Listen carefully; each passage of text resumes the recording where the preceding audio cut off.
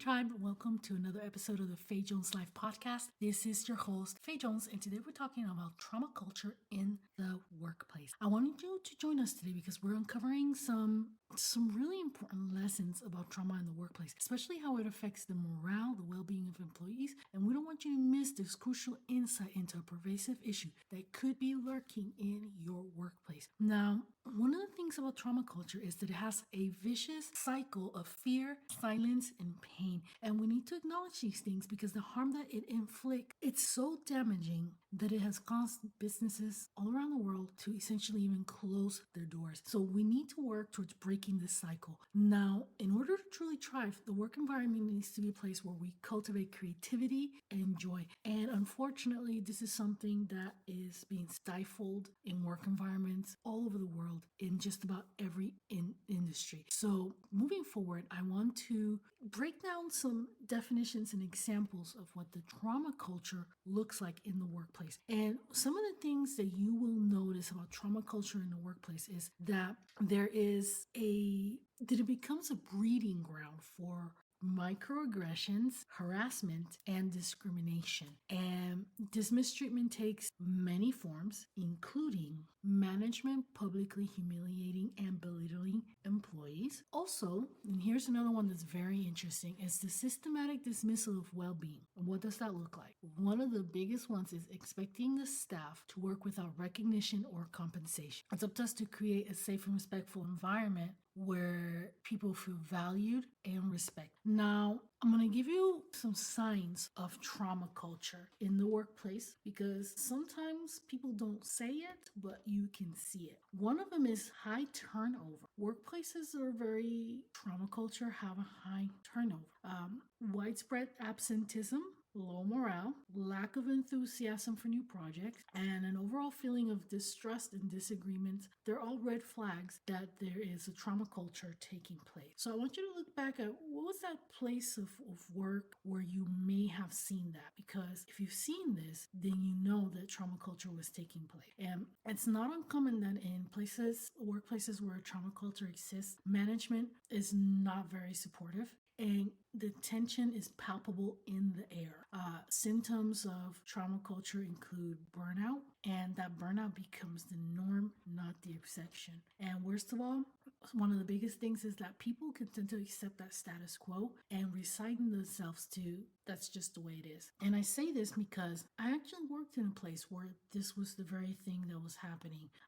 Not only was there a high turnover, but the management was very humiliating and demeaning of their staff. There was some bullying and retaliation towards employees, especially if they didn't pander to that leader's expectations. And when I got there, you could feel that tension in the air. Everybody was like, well, this person has got to find out what mood they're in today. They didn't want to come in. Everybody always wanted to quit, but they couldn't because they have bills to pay. And it took a very serious incident for everybody to muster up courage to speak up and actually get HR involved and solve that situation.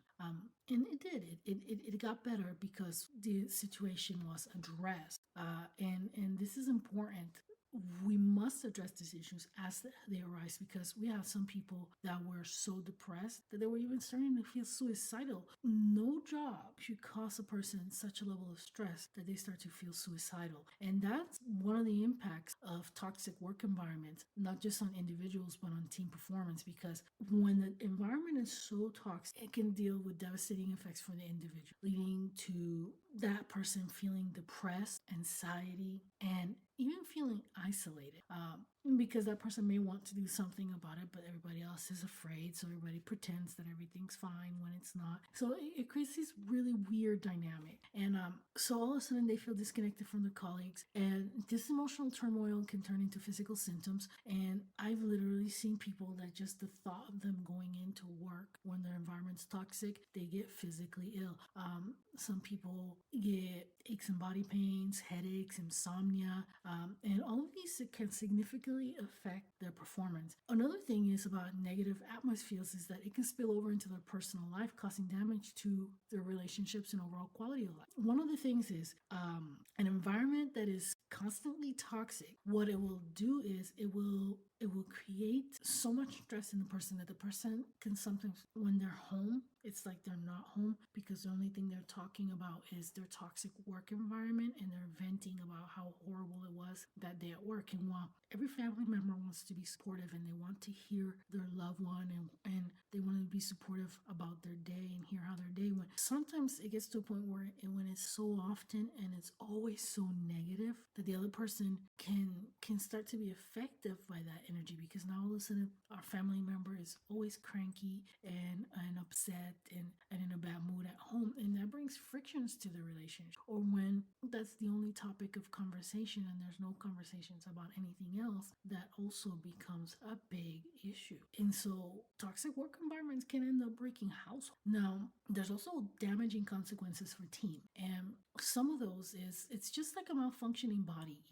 When something in the body isn't working right, it inevitably affects other parts of the body and affects the harmony in which the body works. I'll give you a perfect example with myself after the accident. This arm, you see the movement's weird in comparison to this arm. So what happens when I have to reach for things with this arm, where I can only go so far, so then I have to get this one involved. So this arm has to overcompensate for this arm. So what are some of the weird effects that we have? Well, there's back pain, shoulder pain issues. This arm, believe it or not, has become bigger than the other arm, and pretty much my chest and everything on the left side is bigger than the other side. And you can see how that kind of starts to throw the body off, and things start to go off. Well, it's the same thing when there's a toxic environment. The team doesn't work right. There's no harmony. There's a lack of function in certain areas. Communication breaks down. Collaboration becomes forced. And inevitably, the natural innovation dwindles because it's not able to function like it normally did. And this leads to undercurrents of stress, and it saps the team spirit and morale, and the collective potential of creativity, growth, and innovation is completely stifled from the team. So, what is the big takeaway that I want you to get from this? That even though this is prevalent in today's society, it is not something that cannot be changed. Every individual holds the power, and I want you to hear this. Every individual holds the power to contribute to a more nurturing environment that encourages growth, creativity, and healing.